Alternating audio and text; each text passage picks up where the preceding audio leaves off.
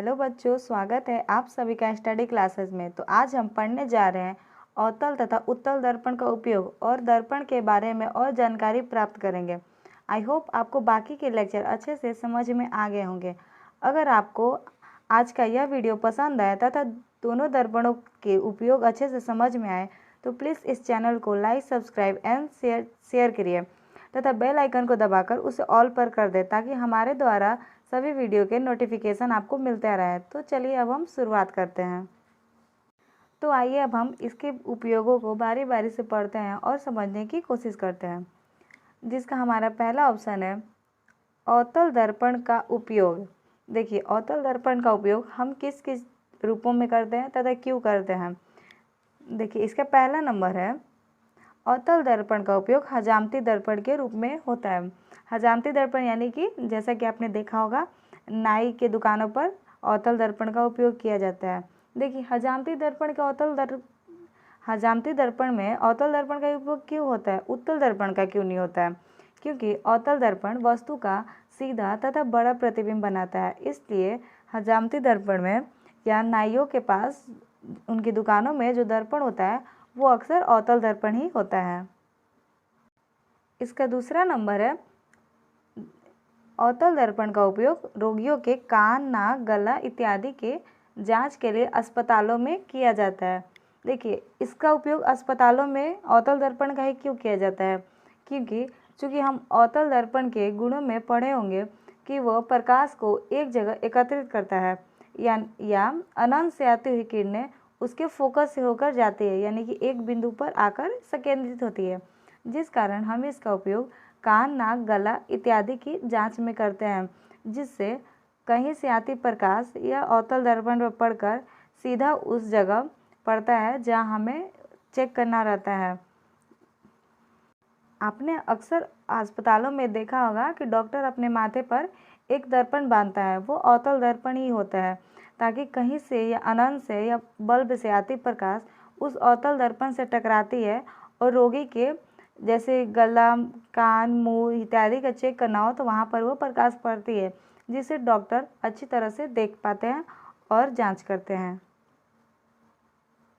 देखिए, इसका तीसरा उपयोग हो गया मोटर गाड़ियों के हेडलाइट में, सर्च लाइट में, टॉर्च लाइट में, टेबल में इत्यादि में अवतल दर्पण का उपयोग किया जाता है। देखिए, इसका उपयोग मोटर गाड़ियों के हेडलाइट में क्यों किया जाता है? क्योंकि मैंने आपको अभी बताया अवतल दर्पण किसी वस्तु का सीधा प्रतिबिंब तथा बड़ा प्रतिबिंब बनाता है, इसलिए इसका उपयोग गाड़ियों के आगे किया जाता है ताकि कोई भी गाड़ी सामने से आए तो वह उस वाहन चालक को अच्छे से दिखाई दे, ताकि एक्सीडेंट होने से बचे, वो उस वाहन को उस दर्पण अवतल दर्पण में अच्छे से देख ले और नियमों का पालन करते हुए अपनी वाहन चलाए। देखिए, अब आते हैं चौथे नंबर में। अवतल दर्पण का उपयोग परावर्तक दूरबीनों के रूप में किया जाता है। देखिए, दूरबीन किसे कहते हैं? दूरबीन हम उसे कहते हैं जिसके द्वारा हम दूर की वस्तुओं को देख पाते हैं, और दूरबीन में जिस दर्पण का प्रयोग किया जाता है वह अवतल दर्पण होता है, चूँकि हम जानते हैं कि अवतल दर्पण अनंत से आती किरणों को फोकस पर संकेंद्रित करता है, जिस कारण जब हम दूरबीन में अवतल दर्पण को लगाकर अनंत की वस्तुओं को देखते हैं तो उससे आने वाली प्रकाश की किरणें अवतल दर्पण के फोकस पर केंद्रित हो जाती है, जिस कारण वह वस्तु हमें अच्छे से दिखाई देने लगती है। इसलिए परावर्तक दूरबीनों में हम अवतल दर्पण का उपयोग करते हैं। हमारा नेक्स्ट पॉइंट है 5वां नंबर, सोलर कुकर में अवतल दर्पण का उपयोग किया जाता है। देखिए, सोलर कुकर यानी जो सूर्य के प्रकाश में भोजन को पकाता है उसे हम सोलर कुकर बोलते हैं। देखिए, उसमें हम अवतल दर्पण का उपयोग क्यों करते हैं? उसमें हम अवतल दर्पण का उपयोग खाना जल्दी से पकाने के लिए करते हैं। अब आप सोचेंगे सोलर कुकर में ही खाना जल्दी से कैसे पक जाता है? क्योंकि मैंने आपको बताया कि वह आने वाली प्रकाश को एक जगह संकेंद्रित करती है। इसी प्रकार वह कुकर में भी बाहर से आने वाली जितनी प्रकाश होती है उसे एक बिंदु पर यानी कि कुकर के अंदर संकेंद्रित करती है, जिस कारण वहाँ का तापमान बहुत अधिक हो जाता है, जिस कारण उसमें खाना भी पक जाता है। इसलिए सोलर कुकर में हम अवतल दर्पण का उपयोग खाना बनाने के रूप में करते हैं। आई होप आपको ये पांचों उपयोग अच्छे से समझ में आ गए होंगे। अब हम चलते हैं इसके अगले उपयोग की ओर। देखिए, इसका छठा उपयोग है सौर भट्टियों में या सौर प्लेटों में अवतल दर्पण का उपयोग ऊष्मा प्राप्त करने के लिए किया जाता है। यानी कि सौर भट्टियों तथा सौर प्लेट, जैसे कि गाँवों में आपने देखा होगा जहाँ पहले बिजली नहीं होती थी, या बड़े शहरों में भी जैसे बड़े बड़े भवन के ऊपर भी देखा होगा सौर प्लेट लगाते हैं, जो लाइट की अनुपस्थिति में भी प्रकाश होता है बल्ब में। देखिए, उससे ना सौर प्लेट में अवतल दर्पण लगाने से वो प्रकाश को एक जगह संकेंद्रित करता है, जिससे हमें ऊष्मा की प्राप्ति होती है, और ऊष्मा को हम प्रकाश ऊर्जा में बदलकर तथा अन्य प्रकार की ऊर्जाओं में बदलकर हम विद्युत में बदलकर या अन्य प्रकार की ऊर्जाओं में बदलकर हम उसका उपयोग करते हैं। तो चलिए अब हम चलते हैं आगे की ओर, जिसका हमारा टॉपिक है उत्तल दर्पण का उपयोग। आई होप अवतल दर्पण के उपयोग आपको अच्छे से समझ में आ गए होंगे। अब हम चलते हैं आगे की ओर, उत्तल दर्पण का उपयोग। देखिए, जिसका पहला उपयोग होता है, उत्तल दर्पण का उपयोग गाड़ियों के साइड मिरर के रूप में किया जाता है। जैसा कि मैंने आपको अभी बताया, अवतल दर्पण का उपयोग गाड़ियों के हेडलाइट में अर्थात गाड़ियों के आगे किया जाता है, जिससे हमें सामने आने वाली गाड़ियाँ अच्छे से दिखाई पड़ती है। और उत्तल दर्पण का उपयोग गाड़ियों के साइड मिरर के रूप में किया जाता है। अब हम जानेंगे उत्तल दर्पण का उपयोग गाड़ियों के साइड मिरर के रूप में क्यों किया जाता है। देखिए, चूँकि उत्तल दर्पण के गुणों में हमने पढ़ा होगा कि उत्तल दर्पण किसी वस्तु का छोटा तथा पूर्ण रूप से माने पूरा उसका सीधा प्रतिबिंब बनाता है। अगर इसका उपयोग हम गाड़ियों के साइड मिरर में करते हैं तो पीछे से आने वाले जितने भी वाहन हैं वो हमें इस उत्तल दर्पण में अच्छे से दिखाई देती है, जिस कारण हम अच्छे से सड़क पर वाहन चला सकते हैं और एक्सीडेंट से बच सकते हैं। इसलिए गाड़ियों में साइड मिरर के रूप में उत्तल दर्पण का उपयोग किया जाता है, उसके छोटा तथा सीधा प्रतिबिंब बनाने के गुणों के कारण। देखिए, इसका दूसरा उपयोग है सड़क या गली के स्ट्रीट लाइट में उत्तल दर्पण का उपयोग किया जाता है। देखिए, सड़क या गली के स्ट्रीट लाइट में उत्तल दर्पण का उपयोग क्यों किया जाता है, अवतल दर्पण का क्यों नहीं? क्योंकि मैंने अभी आपको बताया कि अवतल दर्पण अनंत से आती प्रकाश को एक जगह संकेंद्रित करता है, और हमने उत्तल दर्पण में पढ़ा होगा कि जब प्रकाश की किरणें आती है तो वह परिवर्तित हो जाती है और उसका कुछ भाग पीछे की ओर फोकस पर आता है, यानी कि वह प्रकाश को फैलाने का कार्य करती है, जिस कारण सड़क या गली के स्ट्रीट लाइट में हम उत्तल दर्पण का उपयोग करते हैं, ताकि वह प्रकाश को फैलाए और हमें दूर दूर तक अच्छे से दिखाई दे। हमारा नेक्स्ट पॉइंट है ऊंचे पेड़ हो गया, ऊंचे भवन इत्यादि को देखने के लिए उत्तल दर्पण का उपयोग किया जाता है। कोई भी ऊंचा पेड़ हो, ऊंचा भवन या ऊंचा इमारत हो, उसको देखने के लिए हम उत्तल दर्पण का उपयोग करते हैं। चूँकि हम जानते हैं कि उत्तल दर्पण किसी वस्तु का सीधा तथा छोटा प्रतिबिंब बनाता है, इसलिए हम इसका उपयोग ऊंचे पेड़ों, ऊंचे भवनों, ऊंची ऊंची इमारतों को देखने में करते हैं, ताकि वो हमें ऊंचे पेड़, भवन इत्यादि उस उत्तल दर्पण में पूर्ण रूप से सीधे तथा अच्छी तरह से दिख पाए। तो चलिए अब हम पढ़ते हैं उत्तल दर्पण के और उपयोगों को, जिसका चौथा नंबर है। देखिए, चूँकि उत्तल दर्पण वस्तु का सीधा और छोटा प्रतिबिंब बनाता है, इसलिए इसका उपयोग दुकानों में चोरों से बचाने के लिए किया जाता है। अब आप सोचेंगे दुकानों में चोरों से बचाने के लिए हम कैसे उत्तल दर्पण का उपयोग कर सकते हैं? देखिए, मान जाइए कि कभी कभी दुकानों पे बहुत भीड़ इकट्ठा हो जाती है। जब दुकानदार व्यस्त होता है तो कोई चोर उस दुकान में घुसकर अगर चोरी करना चाहे तो उसका पूर्ण प्रतिबिंब उस उत्तल दर्पण में बन जाता है तथा वह छोटा होता है, जिस कारण दुकानदार उसे अच्छी तरह से देखकर पहचान लेता है। इसलिए हम दुकानों में चोरों से बचाने के लिए उत्तल दर्पण का उपयोग करते हैं। आई होप आपको अवतल तथा उत्तल दर्पण के दोनों उपयोग अच्छे से समझ में आ गए होंगे। अगर आपको कोई भी टॉपिक अच्छे से समझ नहीं आए तो आप कमेंट बॉक्स में जाकर कमेंट कर सकते हैं, ताकि हम उसे पढ़ें और नेक्स्ट वीडियो में अच्छे से समझाने की कोशिश करें। तो चलिए अब हम बढ़ते हैं आगे की ओर, जिसका हमारा नेक्स्ट टॉपिक है वक्र सतह पर प्रकाश का परावर्तन कैसे होता है। देखिए, पिछले कुछ वीडियो में हमने पढ़ा होगा समतल सतह पर प्रकाश का परावर्तन। अब हम पढ़ेंगे वक्र सतह पर प्रकाश का परावर्तन। मैंने उस समय चर्चा भी किया था, पर मैंने सोचा कि आपको यह अच्छे से समझा दें। देखिए, वक्र सतह पर प्रकाश का परावर्तन अनियमित रूप से होता है, यानी कि यह किसी भी नियम का पालन नहीं करता है, क्योंकि यह प्रकाश के नियमों का पालन नहीं करता है। जैसा कि मैंने अभी आपको बताया, अर्थात आपतन कोण परावर्तन कोण के बराबर नहीं होता है, अर्थात कोण I नॉट इक्वल टू कोण R होता है,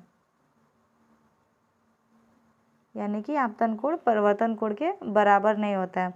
जैसा कि मैंने आपको बताया था, आपतन कोण को I तथा परावर्तन कोण को R से सूचित किया जाता है। तो अब हम जान लेते हैं आखिर ये एक दूसरे के बराबर क्यों नहीं होते हैं।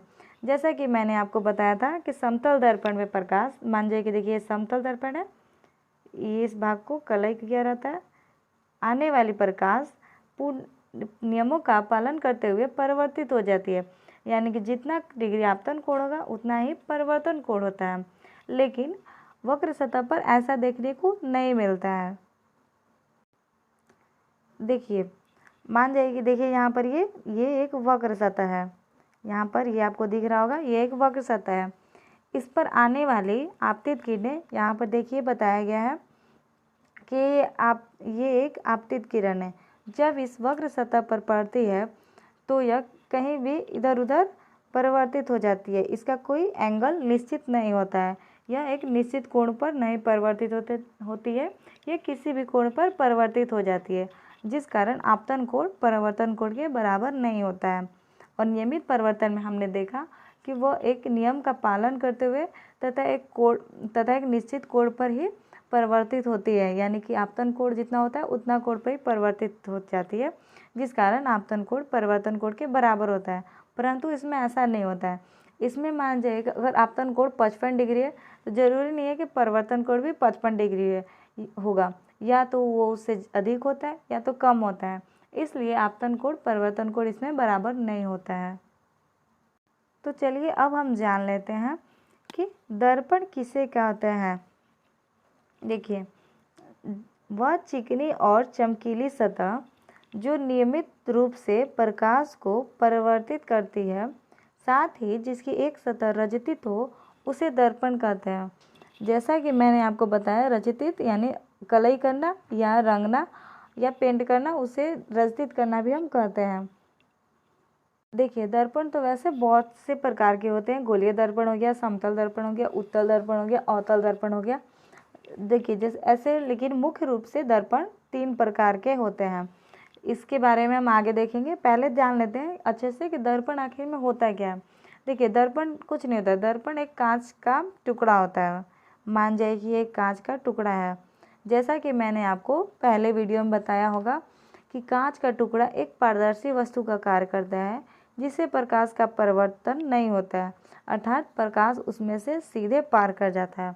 अगर इसे परिवर्तन करना होता है तो हम इसके एक भाग को, जैसा कि डिफिनेशन में बताया गया है, एक भाग को ऐसे रजतित अर्थात कलई कर देते हैं, तो जो इधर का भाग होता है उससे प्रकाश का परिवर्तन ऐसे आसानी से हो जाता है। जैसा कि मैंने अभी आपको बताया कि दर्पण 3 प्रकार के होते हैं, जिसका हमारा पहला नंबर है समतल दर्पण। अब जानते हैं कि समतल दर्पण कहते किसे हैं। वैसा दर्पण जिसका परावर्तक सतह चिकना हो उसे समतल दर्पण कहते हैं। देखिए, परावर्तक सतह जिससे प्रकाश का परिवर्तन होता है, जिस सतह से, उसे हम परावर्तक सतह कहते हैं। देखिए, चित्र में भी दिखाया गया है। देखिए, मान जाइए कि ये एक समतल दर्पण है और यहाँ पर ये कलई किया गया है, और जो इसका परावर्तक सतह है, देखिए यह पूर्ण रूप से चिकना है। इस पे प्रकाश का यहाँ से आती है और यहाँ से परिवर्तित हो जाती है, अर्थात प्रकाश का परिवर्तन हो जाता है। इस प्रकार के दर्पण को हम समतल दर्पण कहते हैं। आइए अब हम बढ़ते हैं आगे की ओर। इसका दूसरा प्रकार है गोलीय दर्पण। तो आइए अब हम जानते हैं गोलीय दर्पण किसे कहते हैं।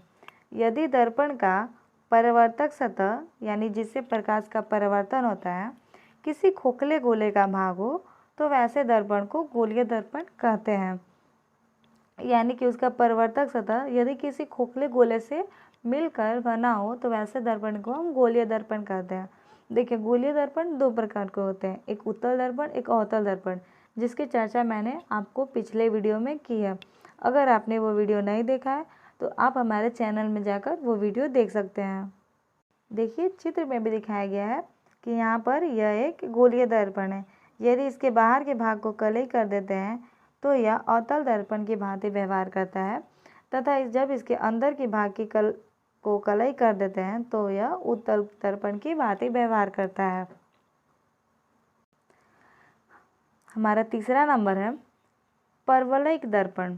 देखिए, परवलयिक दर्पण किसे कहते हैं? वह दर्पण जो पूर्ण रूप से गोल नहीं होता है, अर्थात अंडे के आकार का होता है, उसे हम परवलयिक दर्पण कहते हैं। यानी कि यह दर्पण पूर्ण रूप से गोल अर्थात ऐसा नहीं होता है, यह एक अंडे का आकार का होता है, यानी कि इसका आकार इस भांति परवर के भांति अर्थात अंडे के आकार का होता है। तो वैसा दर्पण जो पूर्ण रूप से गोल नहीं होता है अर्थात अंडे के आकार का हो, उसे हम परवलयिक दर्पण कहते हैं।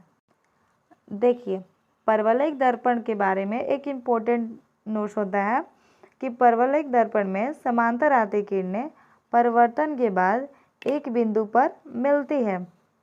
यदि इस बिंदु पर कोई प्रकाश स्रोत, जैसा कि मैंने आपको पिछले वीडियो में बताया होगा कि जो वस्तु प्रकाश उत्पन्न करती है उसे हम प्रकाश स्रोत कहते हैं, रख दिया जाए तो वह चारों दिशाओं में फैल जाती है, अर्थात उसका प्रकाश चारों दिशाओं में फैल जाता है। इसलिए इस दर्पण का उपयोग सर्च लाइट में होता है, बड़ी बत्ती इत्यादि के रूप में किया जाता है। अब आइए हम इसे फिगर के हिसाब से अच्छे से समझ लेते हैं। देखिए, मान जाइए कि यह हमारा एक हो गया परवलयिक दर्पण, जिसके इस भाग को हमने कलई कर दिया।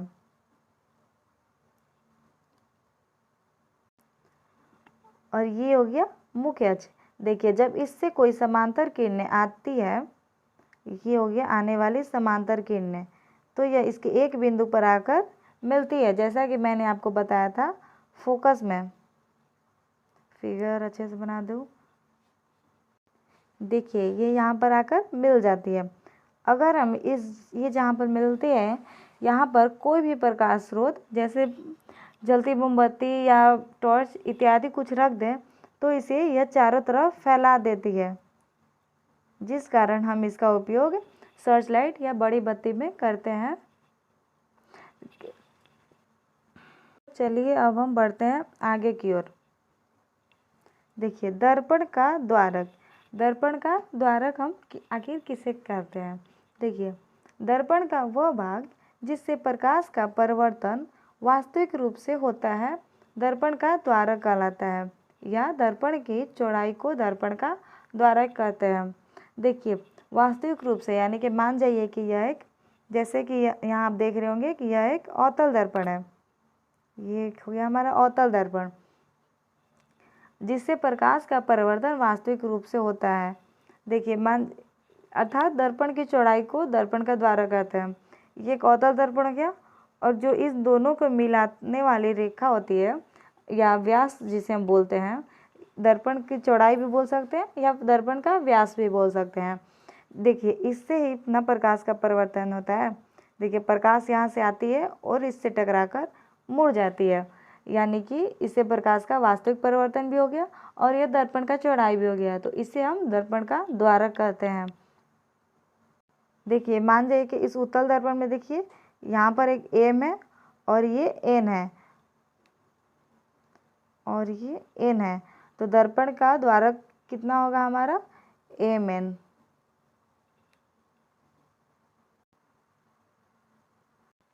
तो कैसा लगा आपको आज का हमारा यह क्लास? आई होप आप सभी को सभी प्रश्न अच्छे से समझ में आ गए होंगे। तो इस चैनल को जल्द से जल्द लाइक, सब्सक्राइब एंड ज़्यादा से ज़्यादा शेयर करें। तो चलिए अब हम मिलते हैं नेक्स्ट वीडियो में कुछ और ही ऐसे नेक्स्ट इम्पोर्टेंट प्रश्नों के साथ।